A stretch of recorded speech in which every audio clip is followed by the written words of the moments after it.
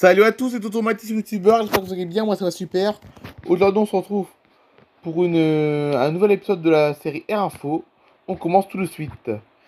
Alors par contre d'avoir un petit problème, c'est que là, regardez là, il y a une pub qui m'empêche de lire le début de l'article. C'est malin franchement. Regardez là, je peux pas lire le début de l'article à cause d'une pub. Ah ok, et non c'est toujours pas bon. Jusqu'à 40% de vols en moins à l'aéroport d'Orly aujourd'hui, puisqu'aujourd'hui, je ne sais pas si vous savez, mais aujourd'hui dans l'aviation, il y a actuellement une grève, actuellement oui. Et oui, dans l'aérien, actuellement, il y a une grève, et plus de 40% des vols à l'aéroport d'Orly sont annulés. La direction générale de l'aviation civile a demandé aux compagnies aériennes de réduire de 40% leurs vols au départ de l'aéroport d'Orly à cause d'une nouvelle grève. La journée du 13 octobre 2023 s'annonce difficile dans les transports, et l'aéroport d'Orly, qui se situe dans le Val-de-Marne, ne fait pas exception. À la suite du préavis de grève nationale déposé par plusieurs organisations syndicales, les contrôleurs aériens ont appelé à une journée de grève. Afin de limiter les perturbations, la Direction générale de l'aviation civile a demandé aux compagnies aériennes de réduire leur programme de vol. Des annulations et des retards. À l'aéroport d'Orly, cela pourrait se traduire par une réduction allant jusqu'à 40% des vols prévus. En dépit de ces mesures préventives, des perturbations et des retards sont néanmoins à prévoir, précise l'autorité. Elle invite les passagers qui le peuvent à reporter leur voyage et à se rapprocher de leur compagnie aérienne pour connaître l'état de leur vol. L'intersyndicale organise cette nouvelle journée de grève pour réclamer des augmentations salariales. La journée de mobilisation concernera les transports et aussi l'éducation et le médical. À Paris, une manifestation est prévue à 14 h au départ de République. L'aéroport de Nîmes fermé après le crash d'un avion. Un petit avion s'est écrasé mardi dernier, sur l'aéroport de Nîmes-Garons, faisant 2 blessés légers. L'aéroport a été fermé et 2 vols ont été déroutés. Le BEA enquêtera sur les causes de l'accident. Un petit avion biplace s'est écrasé dans la matinée du mardi 10 octobre en bout de piste sur l'aéroport de Nîmes-Garons. L'accident a fait 2 blessés légers. Il a aussi entraîné la fermeture de l'aéroport jusqu'à nouvel ordre. Un feu de végétation après l'accident. L'accident s'est produit vers 10h15 au moment du décollage de l'avion. Selon Midi Libre, un journal, il appartient à la société SDTS, spécialisée dans la simulation des menaces aériennes pour les forces armées. Les 2 occupants de l'appareil sont parvenus à s'éjecter à une hauteur d'environ 150 mètres et sont retombés à proximité. Ils ont été pris en charge par les secours et évacués vers le centre hospitalier Caremo de Nîmes, où ils sont soignés pour des blessures légères, selon les sapeurs-pompiers.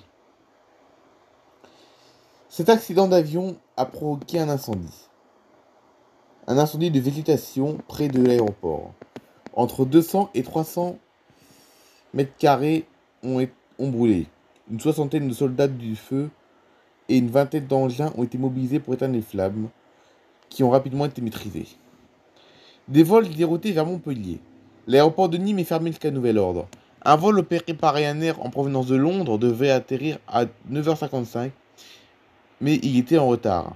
Il s'est donc dirigé vers Montpellier. Celui qui venait de Charleroi, donc Charleroi c'est en Belgique, également de la compagnie irlandaise Ryanair, dont l'arrivée était programmée à 13h05, s'est lui aussi posé à Montpellier. Le bureau d'enquête et d'analyse pour la sécurité de l'aviation civile sera saisi de l'enquête. Il devra notamment déterminer si le crash a été causé par une collision avec un oiseau. C'est arrivé un 9 octobre.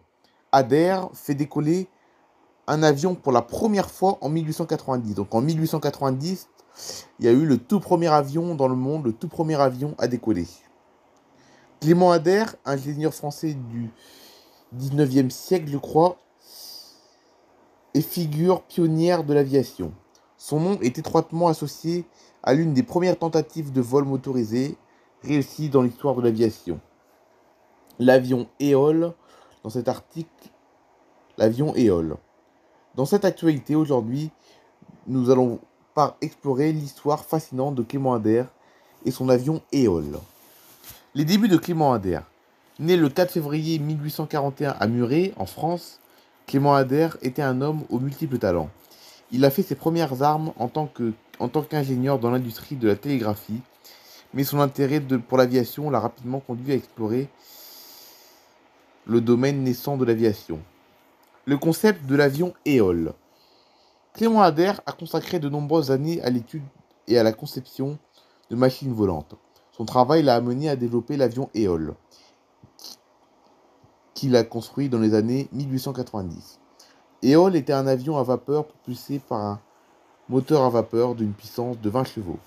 L'avion éole était une aile volante avec une structure en bois et une tôle tendue pour les ailes. Il disposait d'un train d'atterrissage à 3 roues et d'un moteur à vapeur alimenté par de l'éthylène. Ader a également conçu des hélices pour générer de la poussée. Le premier décollage. Le 9 octobre 1841, Clément Ader a effectué un vol historique à Satory, près de Paris. Lors de ce vol, l'avion éole a décollé du sol, parcourant une distance d'environ 50 mètres à une hauteur d'environ 20 cm. Bien que bref et de faible hauteur, ce vol marquait la première fois qu'un avion motorisé avait décollé de manière contrôlée. Donc, en gros, en 1841, donc il y a plus de 100 ans, Clément Ader a fait voler le tout premier avion du monde. Donc l'avion éole, en réalité, c'est le tout premier avion du monde, en fait. Malheureusement, il n'y a pas eu de témoins de cet événement. Et il n'y avait pas de preuves photographiques du vol. Certains sceptiques ont remis en question la validité de l'exploit d'Ader, et il a été largement oublié par la communauté aéronautique de l'époque. L'héritage de Clément Ader. Malgré les controverses entourant son vol, Clément Ader a continué à travailler sur des projets d'aviation. Il a construit d'autres avions, dont le avion III, mais aucun n'a connu un succès similaire à celui de Éole. Il est décédé en 1925, laissant derrière lui un héritage de pionnier de l'aviation. Aujourd'hui, Clément Ader est reconnu comme l'un des premiers visionnaires de l'aviation motorisée, même si l'ampleur de ses réalisations reste sujette à débat. Son travail a contribué à inspirer les générations futures d'aviateurs et d'ingénieurs, et il a ouvert la voie de l'ère de l'aviation moderne. Vacances. Eh oui, parce que comme vous savez, dans moins d'une semaine, dans une semaine, non, c'est même pas dans moins d'une semaine, c'est dans une semaine, c'est les vacances, ça y est, dans une semaine, c'est les vacances, voilà. Et malheureusement, le tout début de la première phrase de l'article, je ne peux pas la lire car il y a une pub qui la bloque simplement, enfin bref. Une internaute a publié sur TikTok, donc TikTok c'est un réseau social très connu, une astuce secrète pour payer ses billets d'avion le moins cher possible. Si vous êtes en pleine recherche d'un voyage pour les vacances de Noël, un code secret a été dévoilé pour obtenir les vols au meilleur prix. Il faut le reconnaître, réserver ses billets d'avion s'avère souvent être un véritable casse-tête, car en quelques minutes, ils peuvent augmenter, baisser, puis augmenter à nouveau. Une variation en réseau de l'offre et de la demande, car si l'avion ne se remplit pas par exemple, la compagnie peut baisser les prix. L'association qu'est-ce qu'on raconte? Je raconte n'importe quoi, excusez-moi. L'astuce est publiée par la TikTokeuse Around the Atlas dans une vidéo qu'elle a déjà récolté plus d'1 million de vues. Sur le site de réservation Google Flight, il suffit de remplir la date souhaitée, un lieu de départ et cocher l'option aller-retour. En revanche, le secret, c'est qu'il ne faut pas remplir la destination. Une fois la recherche validée, une carte du monde qui s'affiche avec le choix des plus grandes villes et les prix les moins chers. Par exemple, un voyage Paris-Milan ou Paris-Dublin revient à 30 € aller-retour. Vous pouvez choisir aussi une destination hors Europe. Un Paris-New York revient à 350 € aller-retour. Des périodes plus avantageuses. D'autres astuces existent pour voyager moins cher. Tout d'abord, cela se passe par la date. Les périodes hors vacances scolaires ou en pleine semaine sont toujours à un prix plus bas. Une étude du comparateur Kayak affirme donc Kayak c'est un comparateur de voyage en fait, affirme par ailleurs que les voyages prévus les vendredis pour les vendredis 13, coûtent 17% de moins que tous les autres vendredis de l'année. Une légende urbaine selon les compagnies aériennes. La seule clé, c'est l'anticipation. En revanche, ne réservez pas à un an à l'avance, car les prix baisseront probablement entre-temps. Je ne sais pas si vous avez bien compris les astuces pour réserver un billet d'avion moins cher, mais en tout cas, ce qui est sûr, c'est qu'il faut vraiment attendre. Le prix des billets d'avion dépend vraiment du jour où vous voulez partir, en fait. Hein, voilà. Donc, si vous voulez réserver un billet d'avion, franchement, anticipez vraiment votre jour de départ, car les billets d'avion sont souvent moins chers la semaine. Voilà. Je ne sais pas si vous avez bien compris, mais en tout cas, l'astuce la plus simple pour réserver un billet d'avion, c'est donc voilà. Donc, en fait, l'astuce la plus simple pour réserver un billet d'avion moins cher, c'est de réserver un vol pour la semaine. Voilà. C'est ça l'astuce la plus simple en fait. En gros, c'est ça. Et bien voilà, c'est la fin de cette vidéo. J'espère que ça vous aura plu. Je vous souhaite un très bon week-end. Demain, on se retrouve sur ma chaîne secondaire Nathalie Favry pour une histoire Playmobil. Et puis dimanche, toujours sur Nathalie Favry, on se retrouvera pour un épisode de La vie de Tom.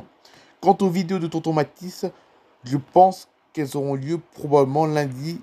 Car lundi, je pense que sur Tonton Matisse, je ferai un timelapse, je pense. Je pense qu'il y aura un timelapse qui va sortir lundi. Mais en attendant, rendez-vous sur ma chaîne Nathalie Favry samedi et dimanche pour une histoire Playmobil et pour un épisode de La vie de Tom. Allez, bye bye tout le monde!